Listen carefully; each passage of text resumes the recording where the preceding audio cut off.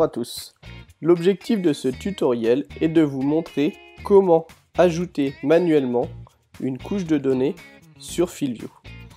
Déjà, premièrement, pourquoi ajouter une couche de données sur FieldView manuellement? Et tout simplement, si vous n'avez pas un matériel dernier cri ou même que vous n'avez pas utilisé FieldView pendant que vous faisiez par exemple un épandage ou une pulvérisation ou même surtout, on va dire un semis, et vous pouvez tout de même a posteriori venir renseigner l'application que vous avez fait. Ça va avoir pour objectif de vous permettre d'analyser plus en profondeur ce que vous avez fait et surtout vos résultats sur l'exploitation. Plus vous avez de données, plus votre analyse pourra être complexe et donc plus vos résultats seront puissants.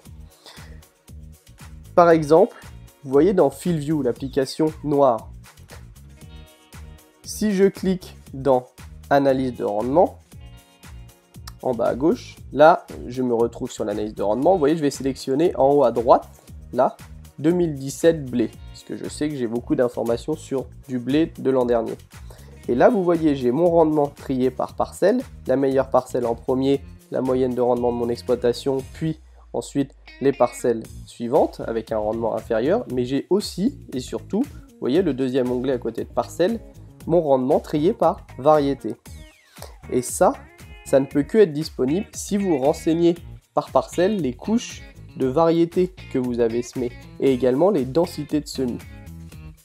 Également pareil, la variété qui a le mieux performé sur mon exploitation en premier et après les variétés suivantes avec toujours la moyenne. Vous voyez, ça c'est extrêmement important de renseigner, même a posteriori, l'ensemble des variétés par parcelle qui ont été semées sur votre exploitation agricole. Comment fait-on cela? Eh bien c'est très simple, vous allez renseigner manuellement des couches de données sur FieldView CAB. Je me connecte sur FieldView CAB. Avant tout, pour renseigner manuellement une couche de données, il faut que votre matériel soit paramétré.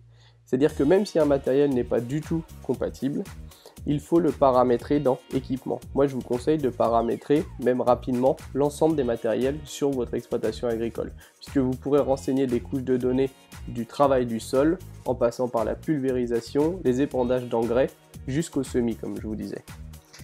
Une fois que les équipements sont paramétrés, vous allez dans Paramètres. Deuxième ligne, Données. En haut à droite, vous avez un onglet Ajouter activité. Vous cliquez dessus. Là, vous avez un texte qui vous explique donc que vous allez ajouter manuellement une activité. Vous faites Suivant.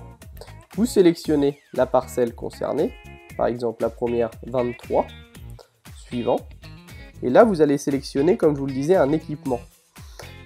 Cette sélection sert de contrôle et de validation. C'est-à-dire, si vous sélectionnez un semoir et qu'après vous lui demandez de faire une activité de pulvérisation, par exemple, il va trouver que c'est pas du tout logique. Donc c'est pour ça, créez vos équipements pour pouvoir les sélectionner par la suite. Là par exemple, je vais renseigner manuellement un semis.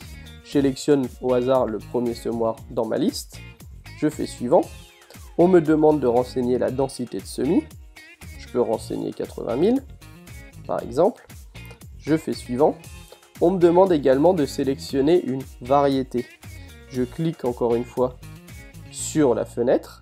J'ai toutes mes variétés enregistrées, préenregistrées dans mon compte, mais je peux aussi ajouter un nouvel hybride. Je vais l'appeler tuto. Vous voyez, il n'en existe pas, donc je vous rappelle, vous pouvez ajouter un hybride sur mesure, ça a déjà été expliqué dans un précédent tutoriel. Je sélectionne la culture, mettons maïs, ça aurait pu être blé, ça aurait pu être n'importe quoi, et là je vais faire Suivant. Et là je vais venir renseigner la date à laquelle j'ai réalisé mon semis. Je peux sélectionner qu'une date antérieure, je ne peux pas sélectionner une date postérieure. Ouais, par exemple, je ne sais pas, le 4 avril 2018. Je fais Suivant. Le dernier onglet qui me demande donc si je souhaite effectivement ajouter cette donnée. Oui, je valide en cliquant sur Ajouter. Et vous voyez, création des cartes en cours. Voilà, ma carte a été créée, je fais donc OK. Pour la visualiser, je vais aller dans la maison, dans Carte. Je vais sélectionner, voilà, tenez, ma parcelle 23. Et vous voyez, j'ai ma couche de semis de maïs avec la densité donc fixe à 80 000 que j'ai sélectionnée. et ma variété donc qui s'appelle la test, que j'ai donc créé également manuellement. Et voilà, si vous faites tout ça par parcelle, bien sûr, les densités de semis ne vont pas être les mêmes, mais ce qui est le plus important, comme vous l'avez compris, c'est la variété là-dedans. Si vous faites ça dans toutes les parcelles, eh bien vous aurez la possibilité dans FieldView, comme je vous le disais, d'avoir un rapport global des meilleures variétés jusqu'à celles qui ont le moins performé sur une année par culture dans votre exploitation.